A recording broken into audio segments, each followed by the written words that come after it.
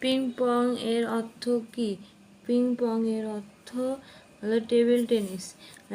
Chat জিপিটির প্রতিষ্ঠাতাকে Sam Altman কোন জাতিসংঘের হলো সহযোগী নয়? কোনটি জাতিসংঘের সহযোগী নয়? আসিয়ান।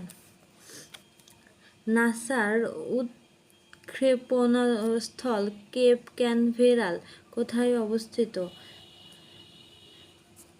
ফ্লোরিডা।